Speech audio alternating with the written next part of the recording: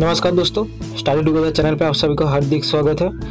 दोस्तों, आज हम महाराष्ट्र बैंक रिक्रूटमेंट 2017 के बारे में बात करेंगे। तो उससे पहले अगर आपने इस चैनल को अभी तक सब्सक्राइब नहीं किया हो तो प्लीज़ सब्सक्राइब कर लीजिए, क्योंकि जॉब और करियर के रिलेटेड जितने भी न्यूज़ होता है वो इस चैनल में अपलोड होता है और ये आपके लिए बहुत ही हेल्पफुल है। तो दोस्तों, ये जो पोस्ट है ये महाराष्ट्र बैंक पे है और 450 नंबर का टोटल पोस्ट है। और चलिए देखते हैं क्या क्या है। तो हमारा जो इस ऑर्गेनाइजेशन का नाम है यह महाराष्ट्र बैंक है। उसके बाद एम्प्लॉयमेंट टाइप है बैंक जॉब्स, जॉब का लोकेशन है ऑल ओवर इंडिया और टोटल वैकेंसी है जो 450। नेम ऑफ द पोस्ट है पार्ट टाइम सब स्टाफ। तो दोस्तों, ये जो वैकेंसी है ये ऑल ओवर इंडिया का है। तो हम स्टेट वाइज देखेंगे कि किन स्टेट में कितना कितना वैकेंसी है। तो फर्स्ट हमारा आंध्र प्रदेश में है 8 वैकेंसी, आसाम में है 4 वैकेंसी, बिहार में 9 वैकेंसी, चंडीगढ़ में 1 वैकेंसी, छत्तीसगढ़ में 20 वैकेंसी, दादरा नगर हवेली में 1 वैकेंसी, दमन एंड दीव पे 1, दिल्ली पे 13, गोवा पे 5, गुजरात पे 12, हरियाणा में 10, हिमाचल प्रदेश में 1, जम्मू एंड कश्मीर में 1, झारखंड में 2, कर्नाटक में 13, केरला में 7, मध्य प्रदेश में 35, महाराष्ट्र में 221, मणिपुर में 1, नागालैंड में 1, उड़ीसा में 5, पंजाब में 14, राजस्थान में 16, तमिलनाडु में 10, तेलंगाना में 6, उत्तर प्रदेश में 29, उत्तरांचल में 1 और वेस्ट बंगाल मतलब कि पश्चिम बंगाल में 3। तो ये टोटल स्टेट वाइज वैकेंसी है। उसके बाद हम देखेंगे एलिजिबिलिटी क्राइटेरिया क्या है इस पोस्ट के लिए। तो फर्स्ट हमारा जो क्वालिफिकेशन है वो है माध्यमिक पास, मतलब कि कोई भी स्टूडेंट जो 10 पास है वो इस एग्ज़ाम को दे सकेंगे। और एज लिमिट जो है वो 18 से लेकर 33 ईयर्स मतलब 33 साल का है। मैक्सिमम 33 ईयर्स और मिनिमम 18 ईयर्स ओल्ड स्टूडेंट ही इसको दे पाएंगे। और जो रिलैक्सेशन है वो है SC/ST के लिए 5 साल का, OBC के लिए 3 साल का और 1 सर्विसमैन का जो गवर्नमेंट का रूल है उसका मुताबिक। तो दोस्तों, हम सिलेक्शन प्रोसेस को देखेंगे कि सिलेक्शन प्रोसेस हमारा क्या है।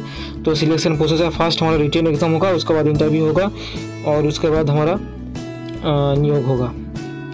तो ये जो पे स्केल है वो है 1/3 ऑफ 18,545 रुपीज़। अब आता है हम अप्लाई कैसे करें। तो इसके लिए हमको www.bankofmaharashtra.in पे जाना होगा और उसके बाद हमको अप्लाई कर। तो दोस्तों, मैं इस वीडियो के डिस्क्रिप्शन में इसका लिंक दे दिया हूँ और आप इससे जाकर डायरेक्ट अप्लाई कर सकते हैं। तो दोस्तों, इसका स्टार्टिंग डेट है आपका 22 मई 2017 और इसका जो एंडिंग डेट थे वो है 5 जून 2017। बट ये जो हमारा बैंक ऑफ महाराष्ट्र का जो साइट है उसमें बहुत ही साल भर डाउन चल रहा है, इसलिए वो डिसाइड करे कि ये डेट को वो एक्सटेंड करेगा और उसके बाद ही बोलेगा। तो अभी इसका लास्ट डेट हमारा जो 5 जून था उससे एक्सटेंड होगा। ठीक है दोस्तों। तो दोस्तों, मैंने बैंक ऑफ महाराष्ट्र का साइट को विज़िट करा था पर उसने ऐसे कोई एग्ज़ाम का पैटर्न नहीं दिया था।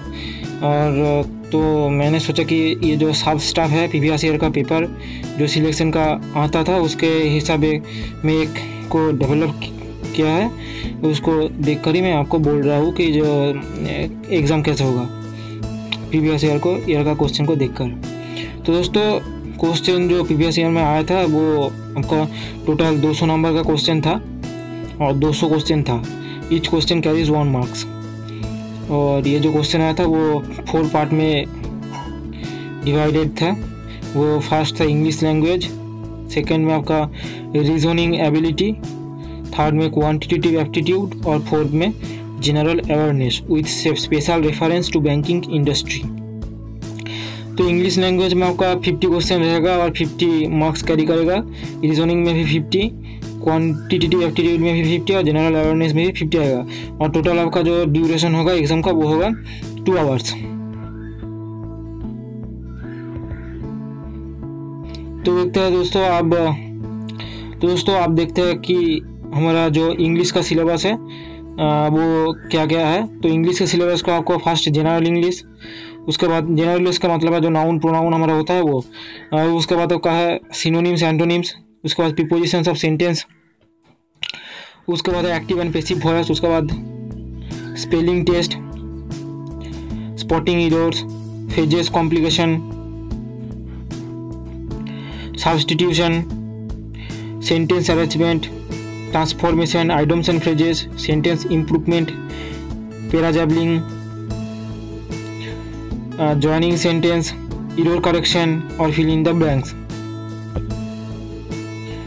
और हमारा जो रीजनिंग का सिलेबस है वो puzzle, verbal reasoning, logical reasoning, data sufficiency, non verbal reasoning, data interpretation and analytical reasoning. और क्वांटिटेटिव एप्टीट्यूड में जो सिलेबस है वो है time and distance, problems on tense, time and work partnership, ratio and proportion, boats and streams, simple interest, area, average, problems on LCM and ACF, pipes and cisterns, problems on numbers, compound interest, volumes, profit and losses, odd man out, recession games, numbers and ages, mixtures and elevations, percentage, simple equations, quadratic equations, indices and squares, mensurations, permutation and combinations, probability, simplification and approximation। तो दोस्तों आप जो general awareness है उसमें से जो question आएगा वो special reference to banking awareness से ही होगा। और वहाँ से आपको जो पढ़ना है वो है abbreviations and economic terminologies, history and Indian banking industry. 3 number पे budget basis and current union budget. 4 number पे है international organisation and financial institutions. 5 number पे है गवर्नमेंट स्कीम्स। 6 नंबर पे है इंडियन फिनेंशियल सिस्टम्स। और 7 नंबर पे है capital market and money market. तो दोस्तों ये आप ध्यान रखिए कि ये क्लास 10 लेवल का है, इसमें से ज़्यादा टफ क्वेश्चन नहीं आएगा, पर जो क्वेश्चन प्रीवियस में ईयर में आया था सिर्फ उस क्वेश्चन को आप करिए। और अगर आप चाहते हैं कि मैं इसके लिए कुछ बुक को बोलूँ तो कमेंट में कर दीजिए कि क्या बुक आपको लगेगा, वो आपको मैं बोल दूंगा।